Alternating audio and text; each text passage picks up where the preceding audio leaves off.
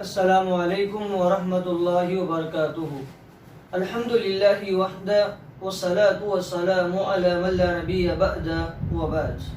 محترم اور مکرم ناظرین، آج کی ہماری گفتگو کا عنوان ہے سکون کی تلاش۔ محترم ناظرین، اس وقت دنیا کے جو حالات ہیں، اس دنیا میں جو بگاڑ ہے، اس بگاڑ کی وجہ سے دنیا کا ہر انسان پریشان ہے، ٹینشن میں ہے، ڈپریشن میں ہے، اور ہر کسی کو یہی شکایت ہے کہ زندگی کے اندر چین و سکون نہیں رہا۔ اور اس ناحیے سے میں اور آپ اگر انسانی زندگی کا جائزہ لیں، کیا بڑا، کیا چھوٹا، کیا مرد، کیا عورت، کیا جوان، کیا بوڑھا، ہر کوئی اپنی زندگی کے اندر سکون، چین اور اطمینان سے محروم ہے۔ یہاں تک کہ کہنے والوں نے یہ بھی کہا کہ اس دور کے اندر اس دنیا کے اندر سب سے بڑی کوئی بیماری اگر ہے تو وہ ہے ٹینشن اور ڈپریشن۔ سوال یہ ہے کہ ایسے دور میں اور آپ سکون کی تلاش کیسے کریں؟ سکون کو میں اور آپ کہاں تلاش کریں؟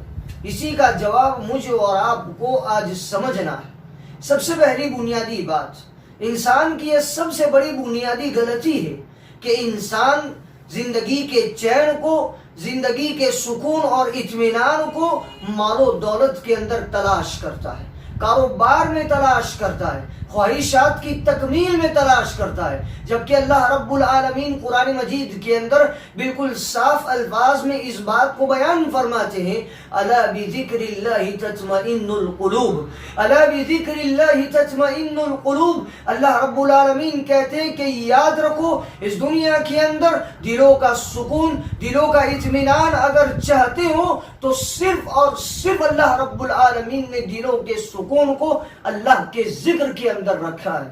اس آیت میں یہی بتایا گیا ہے کہ مال و دولت کے اندر، کاروبار کے اندر، تجارت کے اندر، خواہشات کی تکمیل کے اندر سکون انسان کو ہرگز نہیں ملے گا۔ سکون اگر ملے گا انسان کو تو وہ اللہ رب العالمین کی یاد میں ملے گا، اللہ رب العالمین کے ذکر کے اندر ملے گا۔ اسی لیے ایک شاعر نے بڑی پیاری اور بہت بڑی بات کہی۔ شاعر کہتا ہے، ہر چیز کا کھونا بھی بڑی دولت ہے، ہر چیز کا کھونا بھی بڑی دولت ہے، بے فکری سے سونا بھی بڑی دولت ہے، افلاس نے سخت موت آسا کر دی، افلاس نے سخت موت آسا کر دی، دولت کا نہ ہونا بھی ایک بہت بڑی دولت ہے۔ محترم حاضرین، میں نے مال و دولت کی محبت کا تذکرہ آپ کے سامنے اس لیے کیا ہے کہ اسی مال کی محبت کے راستے سے انسان ایک بہت بڑی بیماری کا شکار ہوتا ہے، جسے ہم حرص و ہوس یعنی لالچ کہتے ہیں۔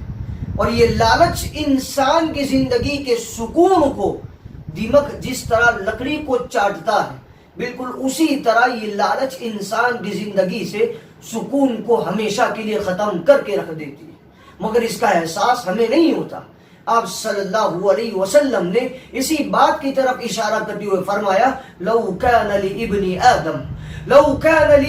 آدم وادیان من ذهب لابتغى ثالثا، کہ اگر ابن آدم کو، اگر انسان کو سونے سے بھری دو وادیاں دے دی جائے، دو وادیاں سونے سے بھری دے دی جائے، لابتغى ثالثا، انسان اس کے باوجود بھی بس نہیں کرے گا، تیسری وادی کی کوشش کرے گا کہ مجھے تیسری وادی بھی مل جائے اور زیادہ سونا مل جائے، یہ چاہت اس کے اندر پیدا ہو جائے گی۔ میں اور آپ اس بات کو یاد رکھیں، قرآن مجید نے ایسے ہی نہیں کہا، وَإِنَّهُ لِحُبِّ الْخَيْرِ لَشَدِيدٌ، وَإِنَّهُ لِحُبِّ الْخَيْرِ لَشَدِيدٌ۔ انسان مال کی محبت میں بڑا سخت واقع ہوا ہے، مال کی محبت میں انسان بڑا سخت ہے۔ محمد اسد ایک انگریز مشہور نو مسلم ہے، یورپ کے رہنے والے ہیں۔ وہ خود اپنا واقعہ بیان کرتے ہیں، اسلام کے قبول کرنے کے واقعات میں سے ایک واقعہ انہوں نے نقل کیا ہے، جو ان کی ایک مشہور کتاب ہے انگریزی کی، روڈ ٹو مکہ، جس کا اردو میں بھی ترجمہ کیا گیا ہے طوفان سے ساحل تک۔ ان جیسی کتابوں میں ان کا ایک واقعہ نقل کیا گیا ہے۔ وہ خود کہتے ہیں کہ ایک مرتبہ میں یورپ کے کسی شہر میں ٹرین میں سفر کر رہا تھا.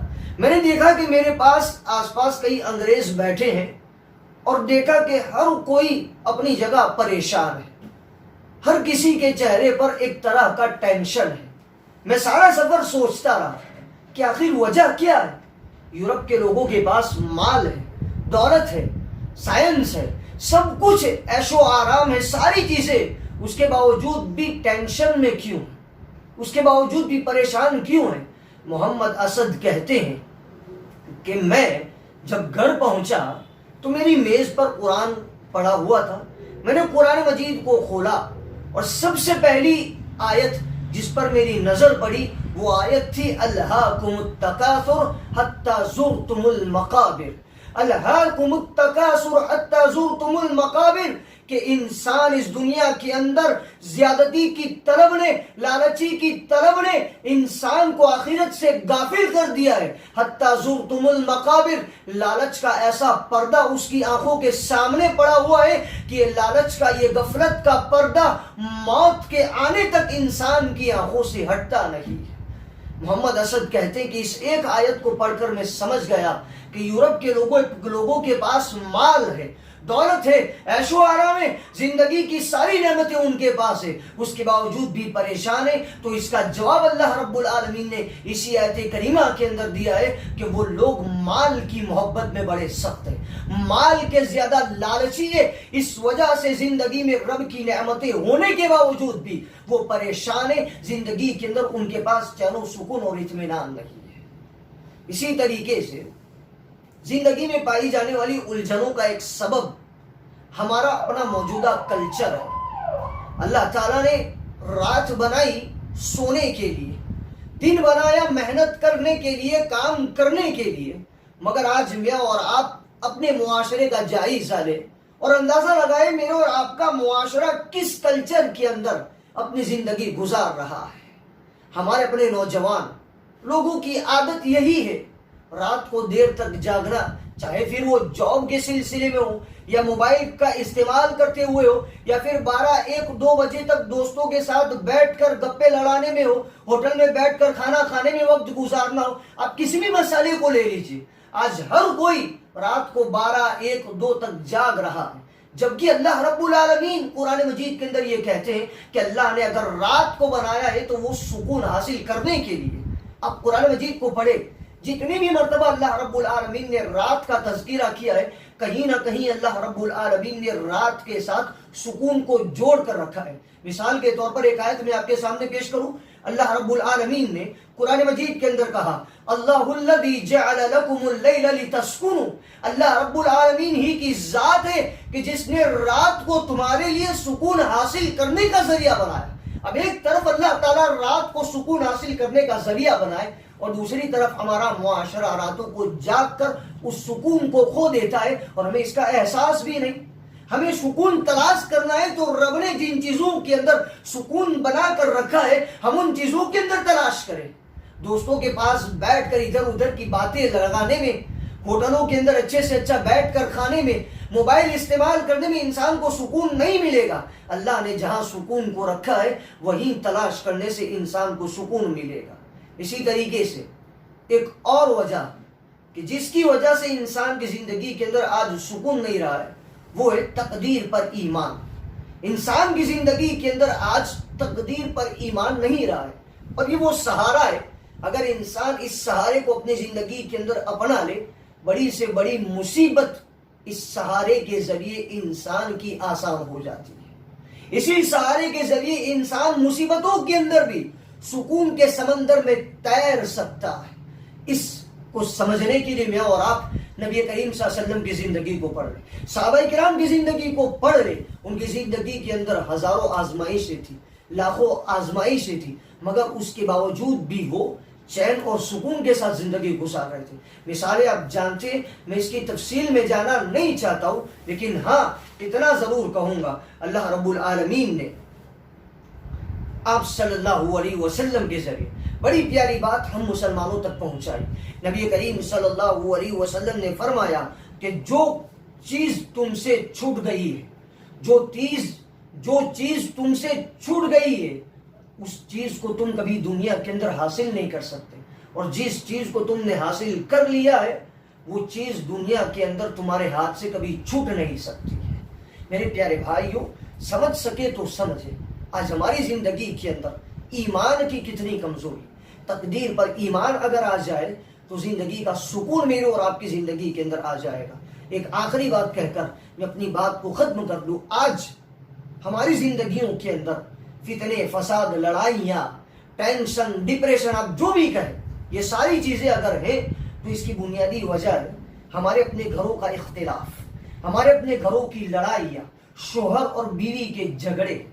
نبی کریم صلی اللہ علیہ وسلم نے بڑی پیاری بات کی اس بات کو سمجھانے کی۔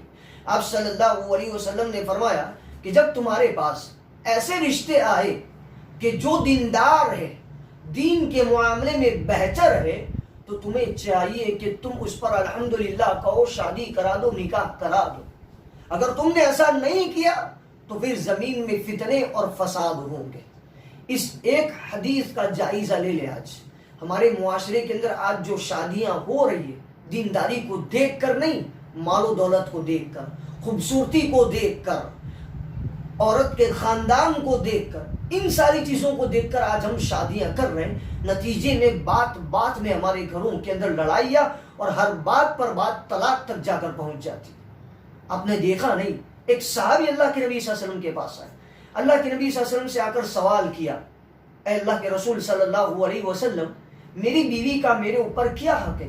اللہ کے نبی صلی اللہ علیہ وسلم نے کہا کہ دیکھو، تم شوہر اور بیوی کے درمیان جب اختلاف ہو جائے، جب تم شوہر بیوی کے درمیان لڑائی ہو جائے، تمہاری یہ لڑائی کی بات گھر کے دروازے سے باہر نہیں نکلنی چاہیے۔